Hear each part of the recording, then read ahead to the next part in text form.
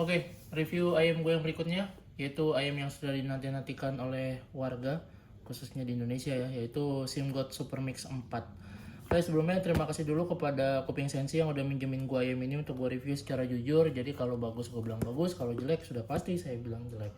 Oh, yang buat yang belum tahu, Kuping Sensi itu apa? Dia adalah toko online yang ada di Tokopedia ya. Salah satunya dia menjual berbagai macam alat audio dari mulai IM, kabel, ear tips, dan perlengkapan lainnya. Jadi kalau misalkan kalian mau nanti untuk belinya gue kasih linknya di deskripsi. Kalau enggak ya lu kunjungin aja langsung di Tokopedia.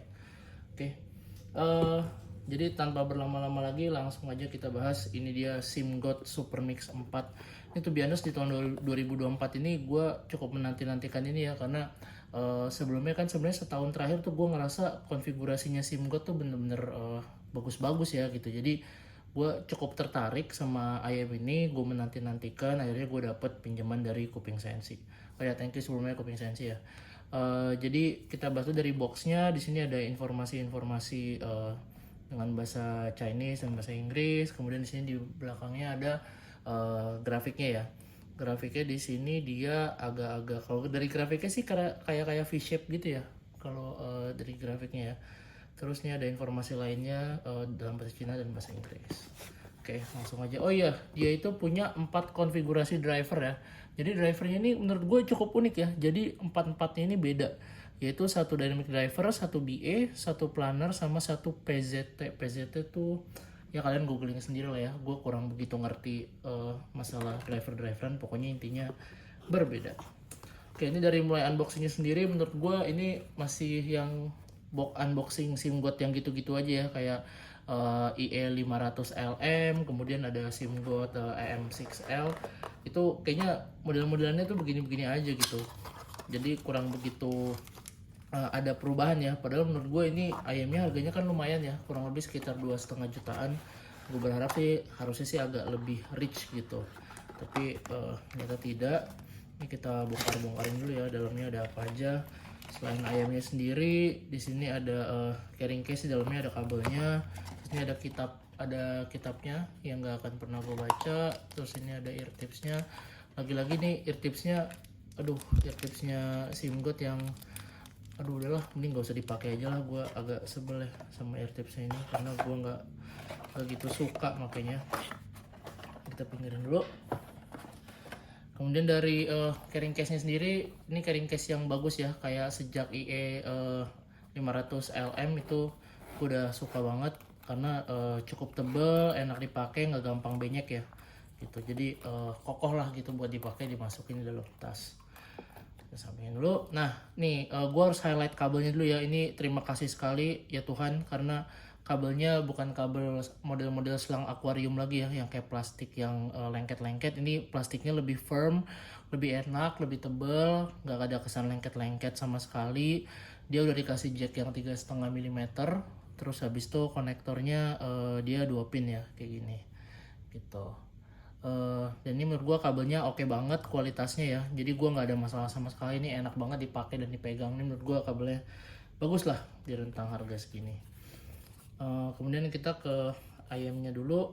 Nah ini kalau kalian lihat, sebenarnya gue begitu pas dapet atau ngelihat ininya ya, desainnya pertama kali, gue cukup tertarik karena simpel banget pak. Dia jadi cuma lingkaran gini aja. Terus ini di sini ada kayak apa, kayak fan-nya gitu ya, atau ventilasi gitu ya nggak sih. Iya, ada ventilasi gitu.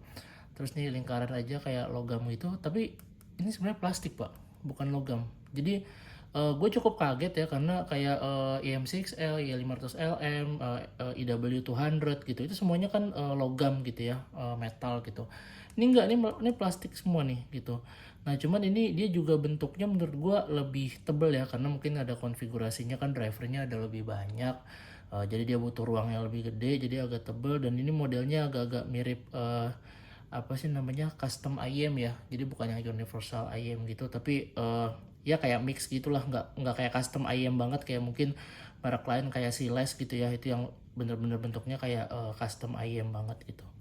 Nozzle-nya sendiri nih kayak gabungan gitu langsung dari shell-nya. Dia agak panjang sedikit, tapi menurut gue ini nozzle-nya diameternya cukup kecil ya. Jadi nggak akan gitu sulit make ear tipsnya. To be honest, gue kalau misalnya make ini gue lebih prefer pakai si Spinfit W1 Premium. yang biasa gue pakai gitu. Overall secara build quality walaupun ini plastik, ya walaupun gue coba pakai ya, tapi ini enak banget dipegang, nggak gitu berat, dan di telinga juga fittingnya juga enak gitu. Oke, lanjut kita ke sisi sound impression ya. Nah ini gue akan bahas satu persatu dulu dari sisi bassnya dulu ya. Ini menurut gue ketika gue pertama kali denger bassnya, ini yang gue rasain itu adalah ini sub bassnya enak banget ya. Dia teksturnya bagus sekali untuk rentang harganya, menurut gue itu kerasa sub bass yang natural, timbrenya bagus, rumble-nya itu kerasa tuh bulat gitu ya. Rumble-nya tuh nggak yang kopong gitu, jadi kayak berbody banget. Terus habis itu dia rumble-nya cukup panjang, itu menyenangkan banget buat didengerin ya. Dan impactnya ini agak lambat gitu, jadi ketika dia rumble tuh lu akan memacu kayak sound stage yang ada lu dengerin tuh agak terasa lebih megah gitu, jadi gaungnya tuh lebih enak gitu si impactnya ini ya gitu. Kemudian dari sisi bassnya sendiri, gue ngerasa punchnya ini sebenarnya cukup cepet, dentumannya ini bulat ya, berasa bulat bertekstur gitu, tapi dentumannya ini nggak terlalu deep yang kelas bass head gitu pak, jadi cenderung malah dentumannya ini kayak dep gitu, berasa dalam tapi cepet. Nah ini menurut gue agak disayangkan sedikit ya untuk dari sisi bassnya, karena dari dentuman ini gue ngerasa kayak kurang bantingan gitu, gue ngerasa kayak kurang power, yang sehingga bikin kick drumnya itu lebih, kick bassnya itu ya lebih lebih boom lagi gitu. Jadi mungkin kalau teman-teman yang bass head mungkin ngedenger ini kayak rasanya tuh agak kentang banget gitu. Tapi kalau lo suka sub bass, ini sub bassnya menurut gue sangat bagus ya gitu. Dan menambah kesan soundstage yang luas, yang enak gitu. Kemudian dari sisi midnya sendiri, menurut gue ini adalah main star ya, atau bintang utama dari IM ini. Ini vokalnya sangat effortless sekali, kedengeran musikal, dia punya presentasi yang lebih forward ya. Jadi pas di tengah dan agak sedikit maju, timbrenya natural banget gitu ya. Jadi tone dari suara pria dan suara wanita tuh kesannya tuh berbody, tapi bodinya tuh bukan yang mendem atau berat gitu ya pak. Jadi suara vokal pria dan wanita tuh bener-bener yang las gitu ya. Jadi kesannya tuh kayak apa ya, passionate gitu. Kalau lu denger suaranya tuh enak banget buat didengerin, musikal, dia nggak kopong, dia nggak airy yang thin gitu ya, tuh jauh banget dari kesan thin gitu ya atau tipis. Jadi bener-bener menurut gue ini salah satu vokal yang bagus gitu. Ketika lu dengerin lagu apapun, menurut gue lu bisa enjoy sekali, karena suaranya itu kalau gue bilang ya, dia tuh termasuk niat gitu. Niat tuh dalam arti bukan yang tipis atau yang kayak mendem banget ya. Jadi memang suara yang memang ditujukan untuk bikin vokal itu nyaman didengerin gitu. Cuman problemnya itu adalah ketika lu dengerin suara high tone wanita, itu ada beberapa lagu yang gua ngerasa agak sedikit shouty ya. Jadi ketika ada suara high tone yang wanita yang melengking gitu, lo harus lebih hati-hati karena suaranya mungkin terdengar agak shouty, yang agak-agak teriaknya tuh lebih nyelekit gitu. Cuman itu nggak terjadi di semua lagu, di beberapa lagu aja, dan lu masih bisa tuning dengan penggunaan ear tips yang sesuai ya. Atau lu juga bisa ganti berdasarkan source yang lu pakai. Nanti akan gue bahas di bagian terakhir. Kemudian dari sisi treble, nah treble-nya ini gue suka banget tuningannya, walaupun gue treble head ya, tapi dia punya treble tuh yang mungkin nggak terlalu treble head ya, malah menurut gue tuningannya tuh fine banget gitu. Cuman tuningan yang fine ini gue sukanya itu adalah dia smooth, halus, treble-nya, powernya engaging sekali, fun, nggak ada nusuk-nusuknya sama sekali gitu ya. Dan extended treble-nya ini panjang gitu, jadi ketika ada gemericik atau yang suara-suara apa namanya kayak perkusi gitu ya di akhir-akhir, itu lu kedengeran tuh smooth gitu, mulus, nggak ada tajam-tajamnya gitu ya, energinya pun berasa. Dan yang gue paling seneng adalah dengan adanya treble yang suaranya engaging dan apa namanya gemericing yang extendednya panjang tadi, itu lu ngerasa mikro detailnya tuh lebih keluar gitu. Jadi ini bener-bener IM yang teknikalitasnya juga nggak kaleng-kaleng ya. Gue cukup kaget lah dengan harga 2,5 juta ini. Kelasnya nih jauh, menurut gue jauh di atas 2,5 juta apa namanya price to performance-nya ya gitu. Kemudian dari sisi clarity, menurut gue terlepas dari adanya shouty di high tone tadi, untuk khususnya untuk wanita ya di beberapa lagu, IM ini sangat baik dari sisi clarity-nya, suaranya bassnya clear, midnya clear, terus habis itu treble-nya juga clear. Dan yang gue paling suka itu adalah energi yang dihasilkan tuh bikin suara clearnya tadi tuh makin keluar gitu. Jadi ini top banget lah menurut gue. Kemudian dari sisi soundstage ini luas dan megah ya. Jadi walaupun kayak biasanya kalau yang gue dengerin kalau IM entry level gitu ya. Jadi dia kalau suaranya airy tuh pasti vokalnya tipis. Atau kalau yang vokalnya tebel biasanya tuh kesan suaranya tuh malah intimate gitu.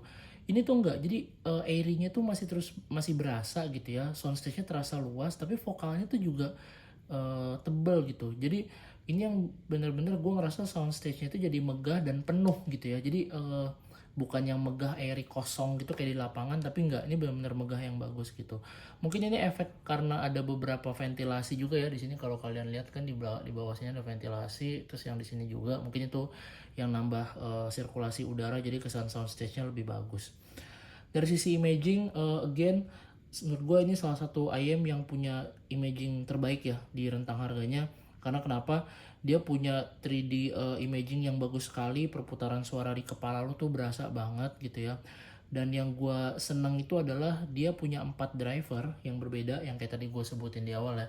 Itu empat-empatnya tuh koheren pak. Koheren tuh dalam arti lu nggak merasakan ada suara yang maju sendiri atau yang berbeda sendiri, atau layering instrumennya tuh yang bener-bener numpuk, atau apa namanya, nggak jelas gitu ya per penempatan instrumennya. Enggak pak, ini bener-bener jelas, koheren sekali. Lu bisa denger tiap instrumennya tuh bagus, kompak. Dan uh, itu tuh biasanya tuh lu akan dapetin itu di IM dengan single dynamic driver ya. Tapi ini multi driver dengan koherensi yang kayak gitu menurut gue susah banget didapetin ya, apalagi di rentang harga segini. Jadi menurut gue technicality-nya ini one of the best untuk di rentang harga 2,5 juta. Kemudian kita lanjut. Nah ini mungkin section baru yang belum pernah gue bahas sebelumnya di video gue, yaitu gue ngebahas soal source selection ya. Jadi kalau kalian tadi udah nyimak beberapa kelebihan dan kekurangan ya, khususnya di sisi bass, mid sama treble, gue akan coba pairing beberapa source yang gue punya. Jadi gue di sini gue punya Mojo 2 ya. Jadi Mojo 2 ini kan dia suaranya itu lebih ke analog, natural, terus agak sedikit warm gitu ya. Nah menurut gue kalau lu pasangin ini sama si SIMGOT Supermix 4, gue rasa ini akan sangat recommended sekali, karena tadi suara shouty yang di bagian high tone itu dengan Mojo 2 ini dibikin halus, suaranya analog sekali. Jadi bener-bener high tone wanita itu high frekuensinya tuh dibikin lebih turun gitu pak. Nggak shouty lagi gitu, vokalnya itu dipoles jadi terasa lebih natural, nggak ada kesan shouty sama sekali. Kemudian dari sisi bassnya sendiri itu teksturnya ditambahin ya, lebih terasa, lebih bertekstur dan lebih rich gitu suara yang dihasilkan.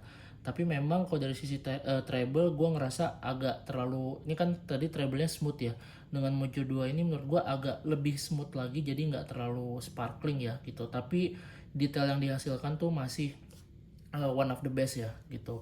Kemudian kalau misalnya kita pairing sama Vio Q15, Vio Q15 ini kan dia punya suara yang kesannya tuh dia natural dan analytical ya gitu. Ini menurut gue recommended juga, dia micro detailnya jauh lebih keluar, jauh di push lebih mantap lagi gitu ya.